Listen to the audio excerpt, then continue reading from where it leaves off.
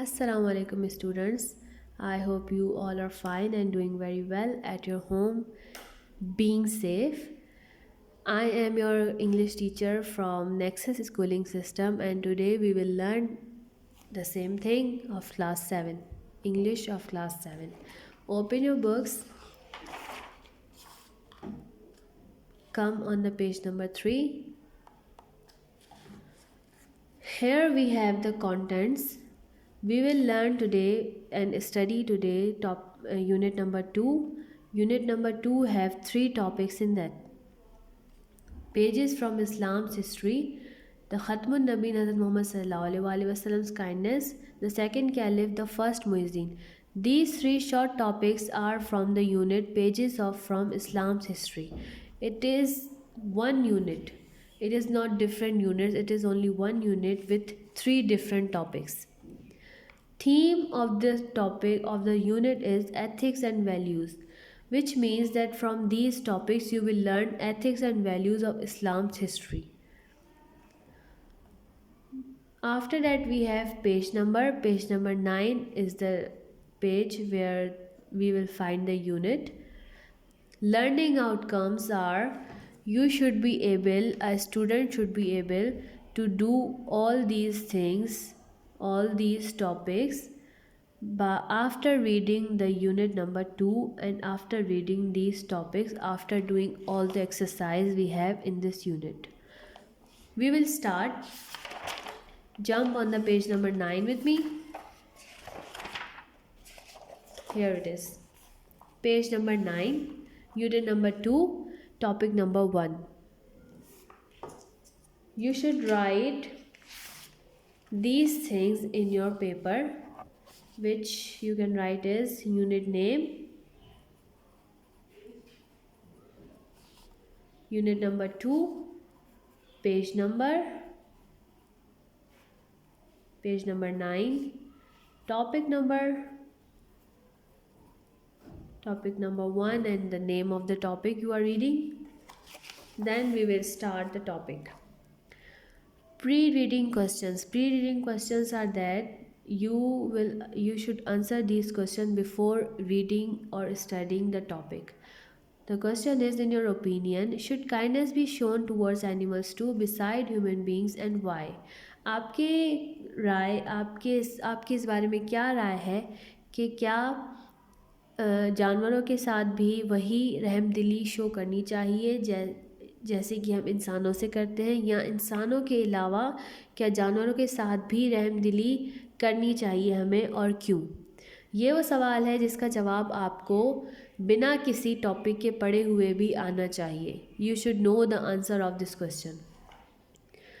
This question is without any topic, with your own side, on your own. You will write the answer of this question in your notebook or page or anything you are writing then. Next question is, how do you think Allah rewards those who show kindness to all living things? Allah ताला कैसे उन लोगों को इनाम देते हैं जो कि सारे जानदारों के साथ काइंडनेस शो करते हैं? क्या आपको वाकई ऐसा लगता है कि अल्लाह ताला उनको इनाम देते हैं या उनको इनाम करते हैं? कैसे? ये चीज़ आपको पता है, ये चीज़ आपको पहले से पता होनी चाहिए. आपको इसके लिए कोई टॉपिक पढ़ने की ज़रूरत नहीं है और इसका जवाब आप ऐसे भी दे सकते हैं. अब हम आते हैं रीड यानी कि we will now read the topic. It is said that one day a man came to the Hazrat Muhammad Sallallahu Alaihi Wasallam Khatmun Nabeen. He had some baby birds in his hands. He said, "O Prophet Sallallahu Alaihi Wasallam, as I was passing through a forest, I heard the twittering of these little birds." ये कहा जाता है कि एक दिन एक आदमी हज़रत मोहम्मद सल्लल्लाहु अलैहि वसल्लम ख़त्मुन नबीन यानी कि द लास्ट प्रॉफिट, आखिरी नबी, he had some baby bird in his hand. उसने अपने हाथ में कुछ परिंदे के बच्चे अपने हाथ में पकड़े हुए थे. उसने कहा कि ए रसूल सल्लल्लाहु अलैहि वसल्लम, जैसे मैं एक दरख्त के साथ गुज़र रहा था, उसके करीब से जैसे ही मैं गुज़रा मैंने इन छोटे छोटे परिंदों की ट्विटरिंग यानी कि चहचहाने की आवाज़ सुनी। I was very attracted to them, so I took them, but their mother came fluttering after me. मैं बहुत ज़्यादा उनमें इंटरेस्टेड हुआ, बहुत ही ज़्यादा मुतवज्जा हुआ, मुझे वो बहुत ही ज़्यादा अच्छे लगे, तो मैंने उन्हें उठा दिया, पर उनकी माँ अपने पर फड़फड़ाती हुई मेरे पीछे आ गई। फ्लटरिंग यानी कि अपने पर फड़फड़ाते हुए उसके पीछे आ गई। पुट देम डाउन, उनको नीचे रख दो, सैड हज़रत मोहम्मद सल्लल्लाहु अलैहि वसल्लम। हज़रत मोहम्मद सल्लल्लाहु अलैहि वसल्लम ने कहा। And when he put them down, और जब उस आदमी ने उनको नीचे रख दिया, the mother bird came quickly to her babies, जो मदर थी उनकी वो क्विकली यानी कि फास्टली, फ़ौरन से वो अपने बच्चों के पास आ गई। Are you surprise at the love of this bird for her babies, क्या तुम इस माँ के अपने बच्चों के लिए मोहब्बत देखकर हैरान हो रहे हो? हज़रत मोहम्मद सल्लल्लाहु अलैहि वसल्लम आस्क्ड द मैन, हज़रत मोहम्मद सल्लल्लाहु अलैहि वसल्लम ने उस आदमी से पूछा ये कि क्या तुम इस माँ के अपने बच्चों के लिए मोहब्बत देखकर हैरान हो रहे हो? Allah loves his servant much more than she loves them. This is the line which is said in the moral of the story. Allah loves his servant much more than she loves them. अल्लाह अपने बंदों को इससे भी कई गुना ज़्यादा मोहब्बत देते हैं, प्यार करते हैं, उनका ख्याल रखते हैं जितना ये माँ अपने बच्चों से करती है। You all know that a mother loves cannot be defined in words. एक माँ का प्यार अपने बच्चों के लिए आप लफ्ज़ों में बयान नहीं कर सकते। तो यहाँ पे हज़रत मोहम्मद सल्लल्लाहु अलैहि वसल्लम क्या कह रहे हैं कि अल्लाह ताला अपने बंदों से बहुत ज़्यादा, इससे भी कई ज़्यादा गुना प्यार करते हैं जितना एक माँ अपने बच्चों से करती है। Return the birds to the place from where you took them, उन परिंदों को अपनी जगह पे वापस भेज दो जहाँ से तुम उन्हें उठाकर लाए हो। And let them be with their mother, और उन्हें अपनी माँ के साथ रहने दो। यहाँ पे आपको काइंडनेस कहाँ दिख रही है? यहाँ पे काइंडनेस ये है हज़रत मोहम्मद सल्लल्लाहु अलैहि वसल्लम की कि उन्होंने उस आदमी को ये कहकर कि अपनी जगह पे उन परिंदों को वापस रख कर आओ, क्योंकि उनकी जो माँ है वो परेशान हो रही थी। उन्होंने एक काइंडनेस वाला एक्ट किया, उन्होंने रहमदिली का एक्ट किया, उन्होंने अपने उन बच्चों को अपने पास रखने के बजाय अपनी माँ के पास वापस भेज दिया। कॉम्प्रिहेंशन पे हम आते हैं। You can see this comprehension is the thing in which we will answer the questions regarding to the topic. जो हमने टॉपिक पढ़ लिया उसके मुताबिक हम क्वेश्चंस के आंसर देंगे। First exercise is choose the correct option from the questions given below. आपको जो क्वेश्चंस दिए हुए हैं नीचे उनमें से करेक्ट ऑप्शन को चूज़ करना है। The first question is, question number A is the text is about baby birds and old tree a poor man. ये जो टेक्स्ट हम ऊपर पढ़ कर आए हैं वो किस बारे में है? Baby birds, old tree, poor man.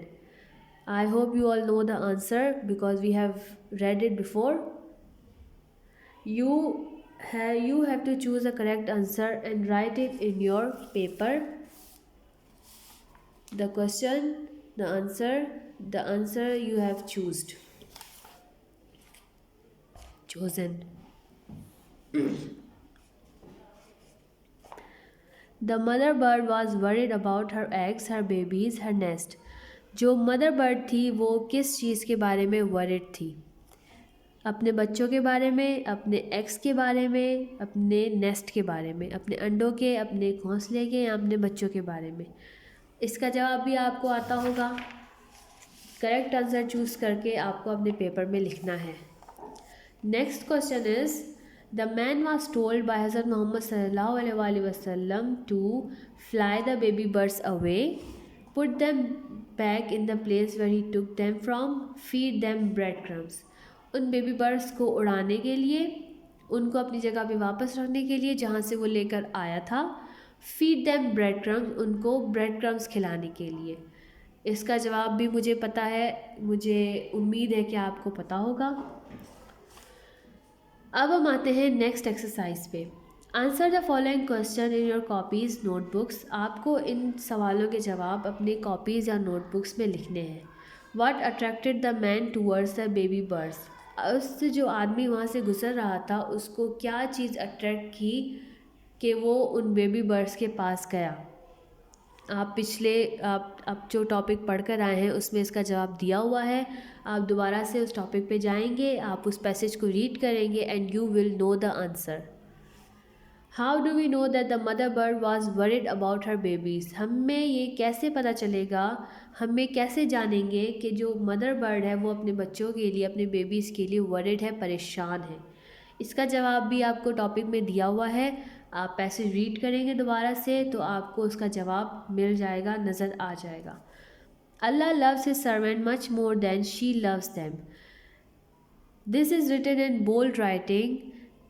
This is the dialogue from the topic we have read. Can you explain the meaning of this statement in reference to the context? Context के रेफरेंस में आपको इस statement की meaning explain करनी है। आपको बताना है कि ये जो स्टेटमेंट है ये क्या कह रहा है, इसका मतलब क्या है, ये क्या समझाना चाह रहा है हमें। With the help of different examples, इसके लिए आपको अलग अलग एग्जाम्पल्स की ज़रूरत पड़ेगी जो कि आप अपने ट्यूटर, अपने गार्डियन, अपने पेरेंट्स से ले सकते हैं और अपनी तरफ से उस जवाब को बना सकते हैं। Discuss your answers with your classmates as you don't have any classmates at your home. So you can discuss your answers with your family, with your siblings, with your guardians, anyone you have at your home. You can discuss your answers with them. Next thing we have is vocabulary. Vocabulary means the addition in your words. आपके अल्फाजों के ज़ख़ीरे में कुछ और अल्फाजों की addition, कुछ और अल्फाजों की मिलावट। अब कौन से अल्फाज हैं वो जो आपके जहन में फ़िट होंगे या आप उन चीज़ों को सीखेंगे? Twitter, attracted, flutter, return. These are the 4 words you will learn in your vocabulary. You will learn these words and you will use these words in your own sentences in your daily life. You can do that and I hope you will do that. इसमें आपको क्या करना है? Exercise number 3, match the words with the correct meanings. आपको इन words की correct meanings के साथ match करके लिखना है। कैसे मैच करेंगे आप पहले ये वर्ड्स पढ़ेंगे, फिर आप ये सारी मीनिंग्स पढ़ेंगे। जो वर्ड के हिसाब से आपको मीनिंग सुटेबल लगेगी आप उसके साथ उसको मैच कर देंगे। First one example I have given you is attracted. Attracted की मीनिंग मैंने देखी कि टॉपिक में मैंने आपको बताया कि अट्रैक्टेड की मीनिंग क्या थी, किसी चीज़ की तरफ मुतवज्जा होना, इंटरेस्टेड होना। अब हम ढूंढेंगे यहाँ पे मीनिंग में कि यहाँ पे ऐसी कौन सा वर्ड है जो कि मुझे इस वर्ड से सिमिलर लग रहा है। To become interested in something, किसी चीज़ की तरफ मुतवज्जा होना या इंटरेस्टेड होना। इसकी मीनिंग क्या होगी? To become interested in something, क्योंकि ये मुझे सिमिलर लग रहा है अट्रैक्टेड से और इसकी मीनिंग भी मुझे उसी के हिसाब से ठीक लग रही है, तो मैं उस हिसाब से ही इसकी मीनिंग लिखूँगी। Okay, same thing you will do with your own. आप इन तीनों वर्ड्स की मीनिंग ढूंढेंगे, फिर आप उसको लिखेंगे। ये काम आपने कर दिया।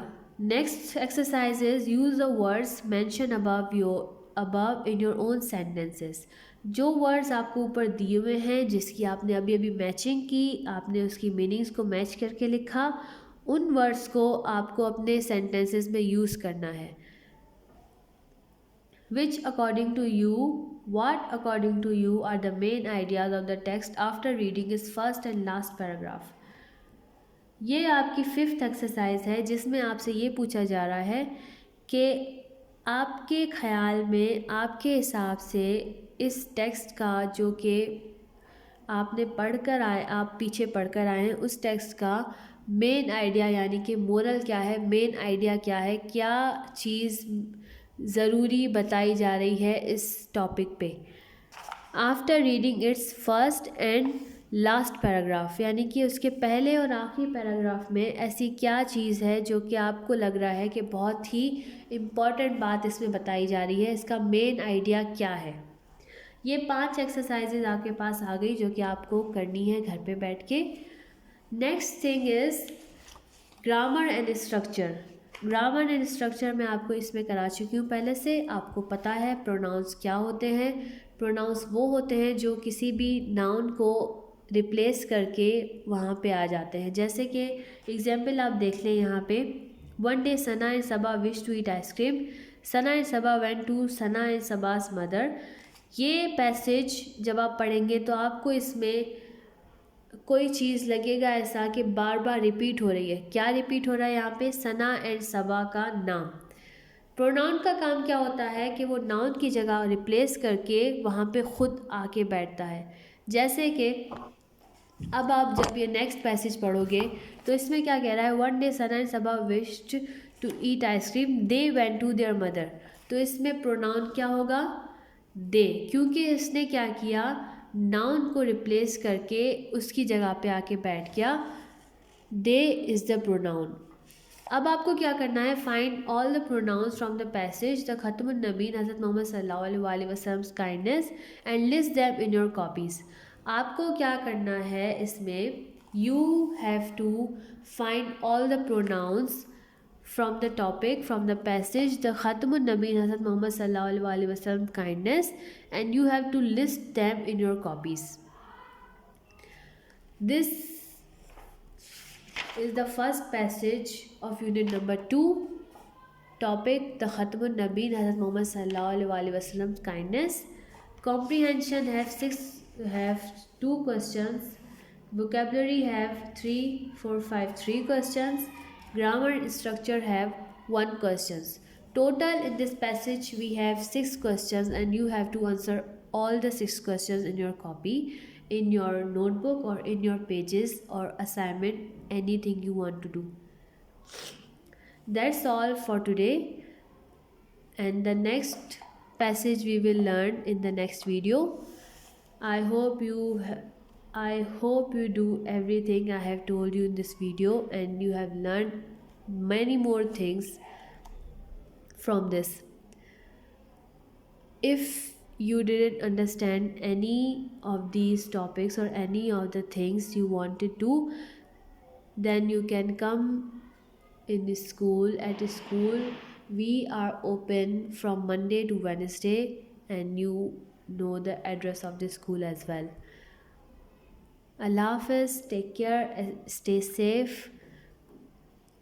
Nexus Schooling System.